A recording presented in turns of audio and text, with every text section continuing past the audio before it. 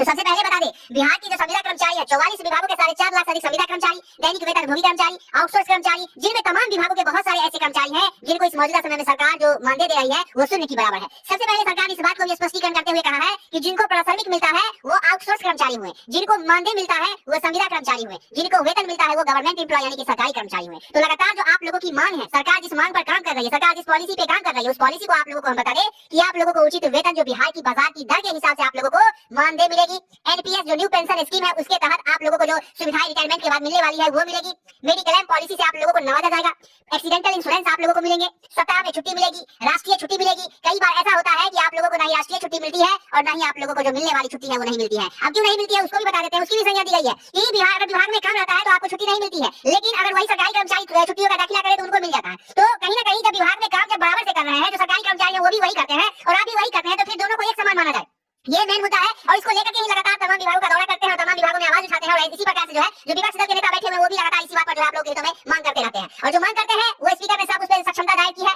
और आपको बता दें जो बिहार में अभी डबल इंजन की सरकार है उन्होंने इसी दिशा में काम करने को लेकर के अग्रसर हुए हैं और लगातार आप लोग देख रहे हैं कि भविष्य निधि यानी कि ईपीएफओ जो प्रोविडेंट फंड आप लोगों को मिलना चाहिए, जो कहते हैं बुढ़ापा की एक बहुत बड़ी पूंजी होती है, न सिर्फ बुढ़ापा की, आपको बता दें कि जब भी आपका मन करे आप उस पैसे को विड्रॉ भी कर सकते हैं ताकि आप लोगों की जो भी मतलब क्या कहते हैं इमरजेंसी हो उसमें आप उस पैसे को खर्च कर सकते हैं। इसको लेकर के प्रोविडेंट फंड से आप लोगों को नवाजा जाए, इसको लेकर के भी लगातार जो है आप लोगों की हितों में आवाज उठाई जा रही है। आपको बता दें ईएसआई नहीं मिलता है, अनुकंपा नहीं मिलता है संविदा कर्मचारियों को, सिर्फ सरकारी कर्मचारियों को नहीं अनुकंपा जैसी सुविधाएं हैं, तो फिर संविदा कर्मचारियों को क्यों नहीं? क्योंकि काम तो दोनों बराबर दिशा में करते हैं, बराबर काम करते हैं, फिर भी सरकार क्यों नहीं दे? लगातार आप लोगों को बता रहे हैं संविदा कर्मी अपने जो अपने जिले से दूर रहते हैं, आप लोगों को सरकार ने संज्ञा देते हुए कहा है कि आप लोगों को मौजूदा समय में रुपया तो कम मिलता है, मानदेय कम मिलता है और ऐसी स्थिति में आप लोगों को दूसरे जिला में जो रहना पड़ता है अपने गृह जिला को छोड़ करके, तो आप लोगों का एक्सपेंस जो है दोगुना हो जाता है। जहाँ अपने जिला में मान के चलिए घर से जाइएगा खाना पीना लेकर के जाइएगा, वहाँ पे तो आप लोगों को खुद से बनाना होगा, खुद से एक्सपेंस को उठाना पड़ेगा। तो कहीं ना कहीं इन सब चीजों को देखा जा रहा है कि सरकारी कर्मचारियों को 50,000 से ऊपर सैलरी रहती है तो वो कहीं भी सर्वाइव कर लेंगे, लेकिन जो संविदा कर्मचारियों को आप 15,000 से 20,000 रुपया दे रहे हैं वो कैसे किसी जिला में सर्वाइव करेंगे, अपने फैमिली को देंगे, अपने बच्चे को पालेंगे? बहुत सारी ऐसी दुविधाएं हैं जिसको लेकर के लगातार विधानसभा में आप लोगों की बातों को रखी जा रही है,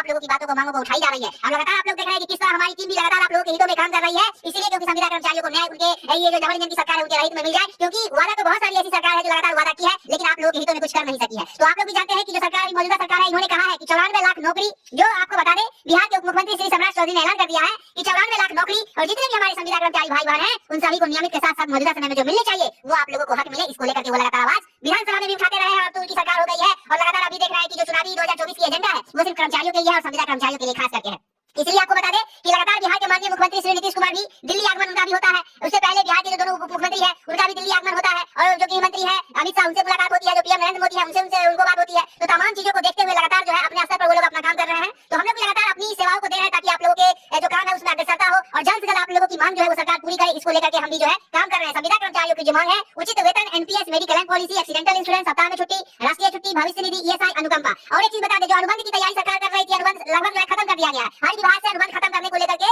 जो है सरकार अग्रसर हो गई है और सभी विभागों में जो आप लोगों को टेंशन रहता था कि अब इस साल हमारा जो है रिन्यूअल होगा कि नहीं होगा अनुबंध, इसको लेकर के आप लोग निश्चिंत हो जाए, क्योंकि अब अनुबंध जैसा चीज को सरकार ने खत्म कर दिया है। साल में 12 महीना आप लोग काम कीजिएगा, 12 महीने का आप लोगों का पेमेंट मिलेगा। बाकी जो सुविधाएं हैं जैसे NPS, mediclaim policy, accidental insurance, सप्ताह में छुट्टी, राष्ट्रीय छुट्टी, ये अनुकंपा जैसी फैसिलिटी है, तो इसको भी सरकार जल्द से जल्द बहाल करे। इसको लेकर के हम लोग लगातार कदम उठा रहे हैं, आवाज उठा रहे हैं, आप लोग की आवाज बनकर सरकार तक पहुंच रहे हैं, मंत्रियों से मिल रहे हैं, तमाम एमएलए एमपी से मिल रहे हैं कि आप लोगों के काम जो है जल्दी से हो जाए।